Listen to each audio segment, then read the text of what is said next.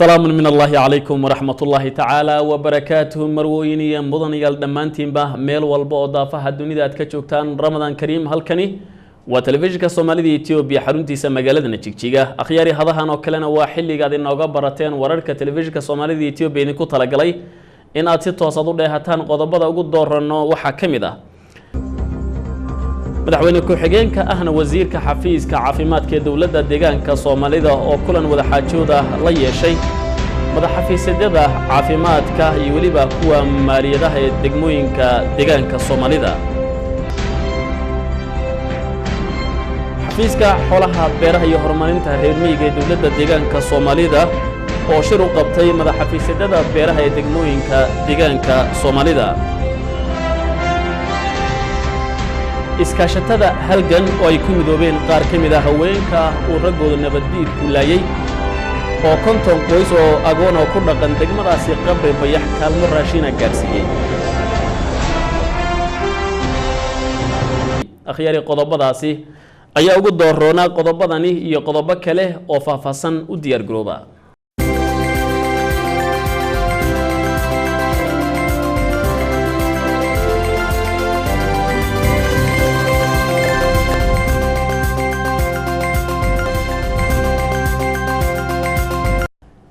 markale ismaqal aragti wanaagsan akhyaarta hawada inoogu helan meel walba aad ku sugantihiin ku soo dhawaada wararkii telefishinka Soomaalida Itoobiya idinku talagalay isagii oo faahfaahsan madaxweyne ku xigeenka ahna wasiirka xafiiska caafimaadka ee dawladda deegaanka Soomaalida ayaa kulan wada xaajooda la yeeshay madaxafiisyada caafimaadka iyo waliba kuwa maaliyadaha degmooyinka deegaanka Soomaalida warumurtaasi ku saabsan waxa inoo hayo waryaheena Caaqil Gamaadiid madaxweyne ku xigeenka dawladda deegaanka Soomaalida ahna wasiirka caafimaadka mudane Cabdifataax Maxamuud Xasan ayaa waxa uu kulan wada xaajooda ku yeeshay hoolka shirarka ee cilmi baarista ee magaalada Jijjiga madaxafiisyada caafimaadka iyo kuwa maaliyadda ee degmooyinka dawladda deegaanka Soomaalida kulankan ayaa ujeedada ugu weyn laga leeyahay waxa ay tahay sidii loo dardargelin lahaa wada shaqaynta ka dhaxaysa xafiisyada heer deegaan iyo kuwa degmooyinka iyo in bulshooyinka ku nool deegaanka Soomaalida ay helaan adeeg hufan madaxweyne ku xigeenka dawladda deegaanka Soomaalida ahna wasiirka caafimaadka mudane Cabdifataax Maxamuud Xasan ayaa waxa kaasi ugu soo jeediyay mas'uuliyiintan xafiisyada heer degmo ee dawladda deegaanka Soomaalida hadallo dardaaran dhiirigelin iyo waano u badan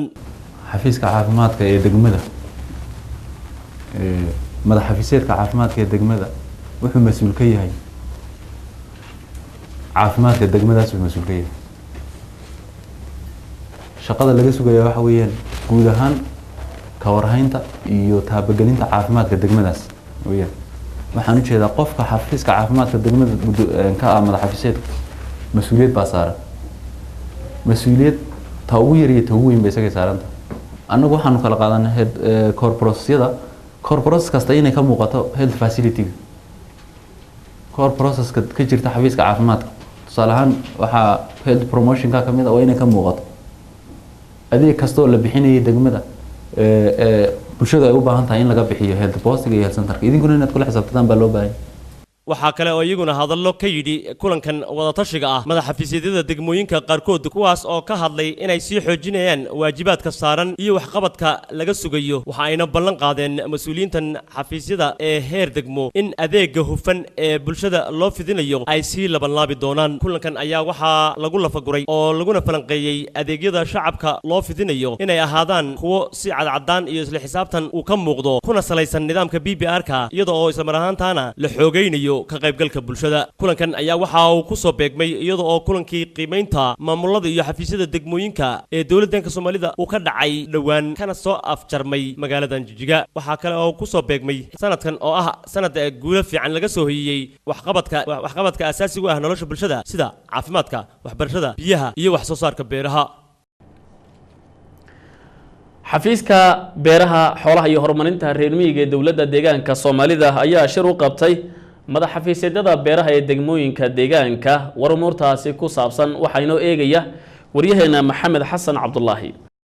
shirkan oo ay ka soo qayb galeen mas'uuliyiinta xafiiska xoolaha beeraha iyo horumarinta reer miyiga ee heer deegaan madaxafiisyada beeraha ee degmooyinka kala duwan ee uga kooban yahay deegaanka oo ay ujeedadiisu ahayd kamira dhalinta qorshayaasha 2005 ee tirsiga Itoobiya ee u degsan xafiisyada beeraha heerarkooda kala duwan si xoojinta xiriirka wada shaqaynta ee ka dhaxeeya xafiisyada beeraha ee degmooyinka iyo kan heer deegaan si bulshada loogu fidiyo adeeg hufan oo dhinaca beeraha ayaa waxaa furitaanka shirkani ka hadlay wasiir ku-xigeenka xafiiska xoolaha beeraha iyo horumarinta reer miyiga mudane Cabdiqaadir Maxamed Faarax isagoo ugu horeyntii u mahadceliyay dhammaan xubnihii ka soo qayb galay kulankani kadibna sheegay in lagama maarmaan ay tahay in la sii xoojiyo wada shaqaynta xafiisyada beeraha ee degmooyinka iyo kan heer deegaan si loo ogaado waxqabadka xafiisyada beeraha ee degmooyinka wasiir ku-xigeenka ayaa wuxuu intaasi sii raaciyay in xukuumadda dowladda Soomaalida ay dejisay qorshe cad oo ay xukuumaddu ku doonayso in gabi ahaanba bulshada deegaanka looga saarayo saboolnimada loogana baahan yahay madaxafiisyada beeraha ee degmooyinka in ay ka soo baxaan waajibaadkooda shaqo dhankiisa mar uu u waramayay ESTV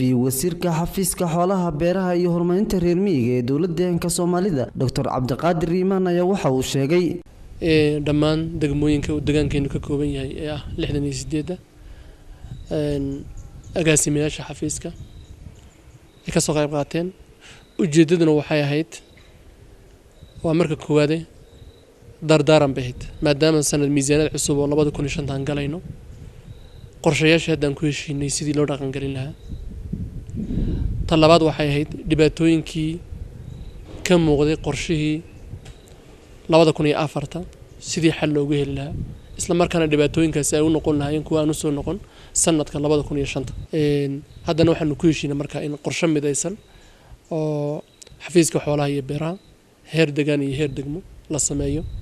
kaasna noodka lagu wada shaqeynayo ee cid kastana lagu la xisaabtamayo shirkani ayaa inta uu socday lagu lafaguray dhibaatooyinka la soo darsi kara xafiisyada beeraha ee heer degmo iyo habka loo furdaamin karo dhibaatooyinkaasi waxayna isla qaateen ka soo qaybgalayaasha shirkani iyo mas'uuliyiintii hogaaminaysay in hal meel ah looga soo wada jeesto caqabadaha ka hor iman kara qorshayaasha u degsan xafiisyada beeraha isla markaana loo fuliyo sidii loo baahnaa qorshayaasha 2005 ee tirsiga Itoobiya ee xafiisyada iminka u degsan waana kuban qaar ka mid ah ka soo qaybgalayaashii kulankani oo ka warbixinaya habka uu dhacay shirkan maanta aan ku guda jirno waxa weeyaan guud ahaan 2004 wax qabadkii aan soo qabanay heer degmo iyo heer deegaanba guud ahaan maadaama soo gabagabayno dhamaystirnay una gudbayno sanadkii cusbaaye 2005 waxaan si ballaaran iskula eegnay wax qabadkii 2004 qaabkay u qabsoomeen dhibaatooyinkii jiray xalkii aan kaga gudubnay dhammaantoodba si qodob ayaan iskula eegnay oo shirkan ku wada eegnay waxa kale oo handana uu ahmiyad gaar ah u leeyahay oo ka wada eegaynaa oo ka wada tashanayna qorshihii 2005 diyaarintiisii baan si guud u wada diyaarinay heer degmiye heer deegaanba oo u dhannahay baan wada diyaarinay meelihii dhibaatooyinka ka jireen baan isla eegnay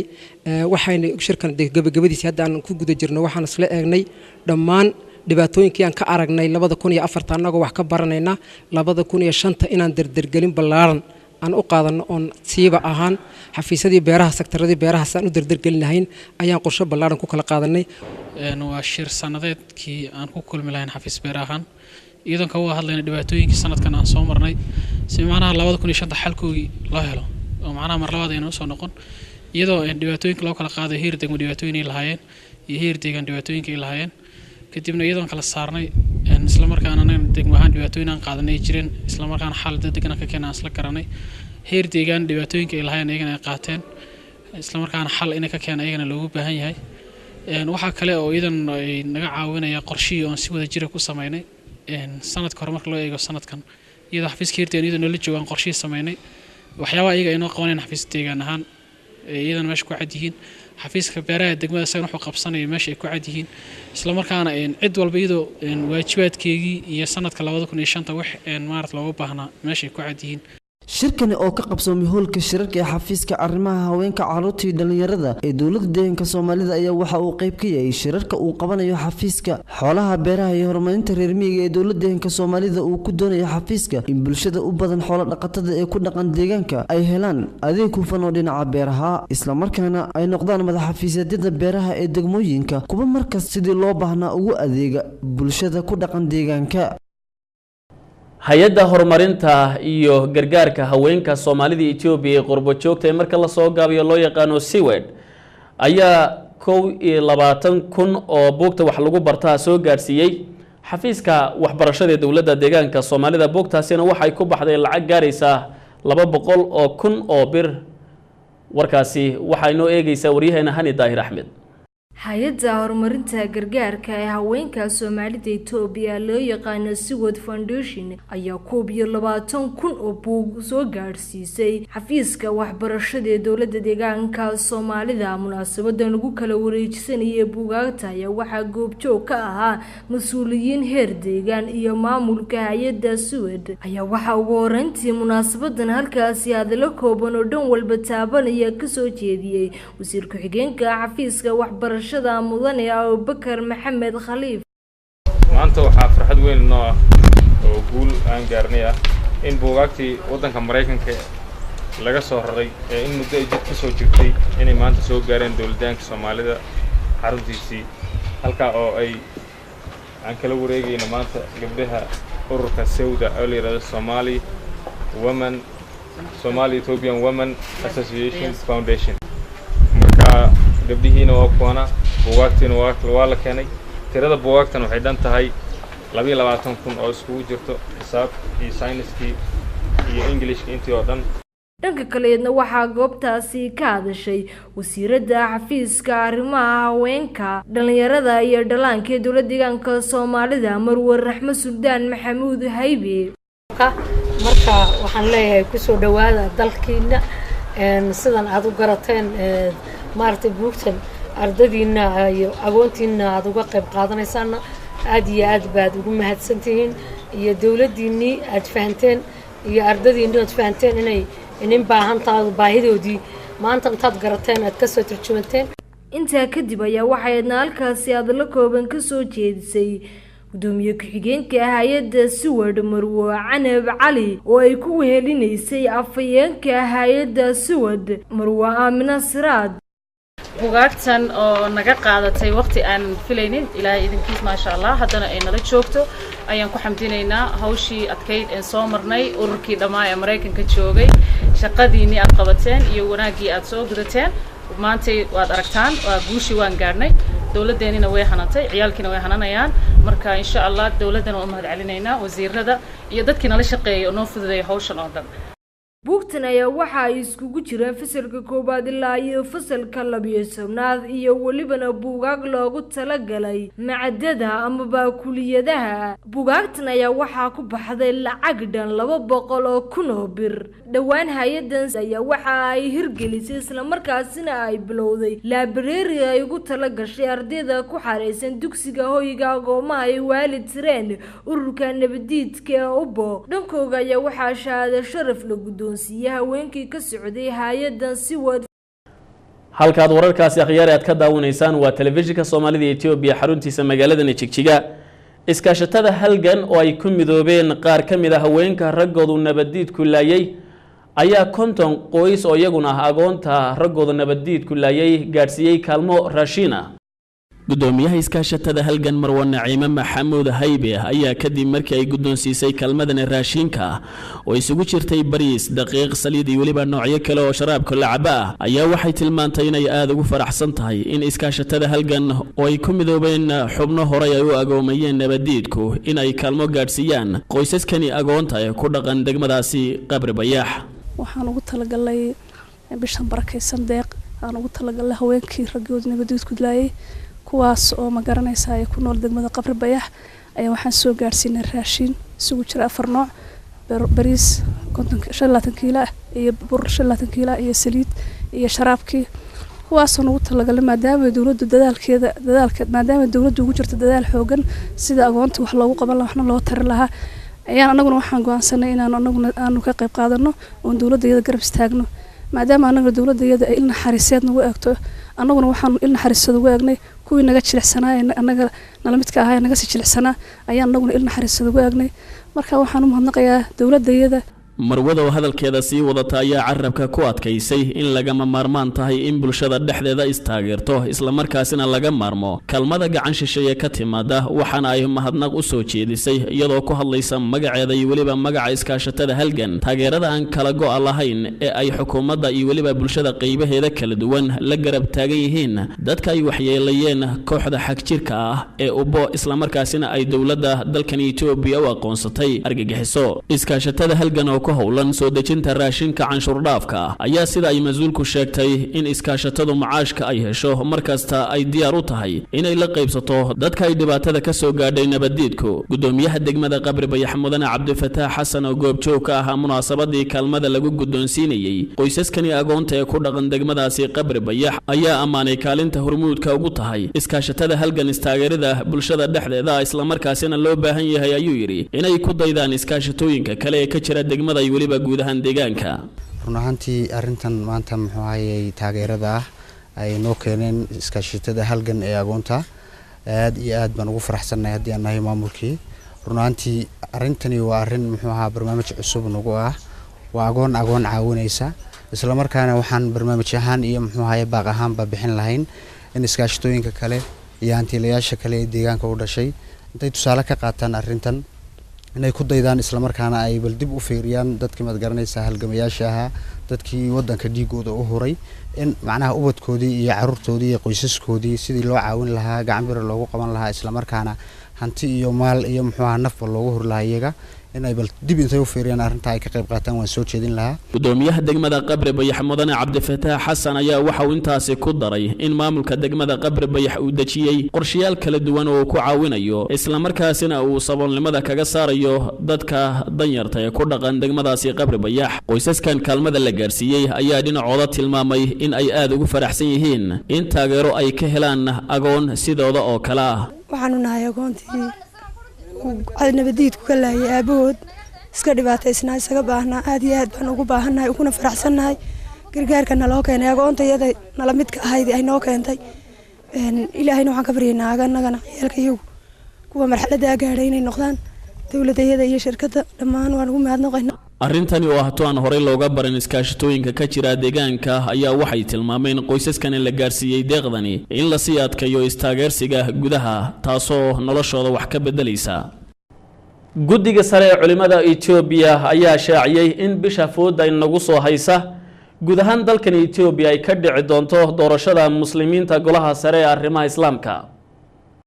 golahan oo loo asaasay hirgelinta doorashada ayaa waxa ku cad jadwalka uu soo saaray in 25 bisha Naxaase ilaa iyo 5 bisha Maskaram guud ahaan wadanka oo dhan laga qaban doono doorashooyinka golaha sare ee arrimaha islaamka xeerarkiisa kala duwan gudoomiye ku-xigeenka golaha sare ee arrimaha islaamka ee dowladda deegaanka Soomaalida Sheekh Maxamed Cumar Dhaqane ayaa sheegay in diyaar garow ballaaran ugu jiraan sidii doorashadani u noqon lahayd mid ay dhammaan muslimiinta deegaanka uga qayb qaataan gudoomiyaha oo ka hadlaya sababta in doorashadan golaha sare ee arrimaha islaamka la qabto markii ugu horeysay ayaa waxa uu yiri doorashadu saad sheegtay waxaynu filaynaa waqtigan dhow inay ka dhacdo guud ahaan dalkeenan Itoobiya inay ka dhacdo kulley waxa sababay doorashadu in ay dhacdana saad ogsoon tihiin waxa jira codsi ka yimid xagga shacabka muslimiinta ah qayb ka mid ah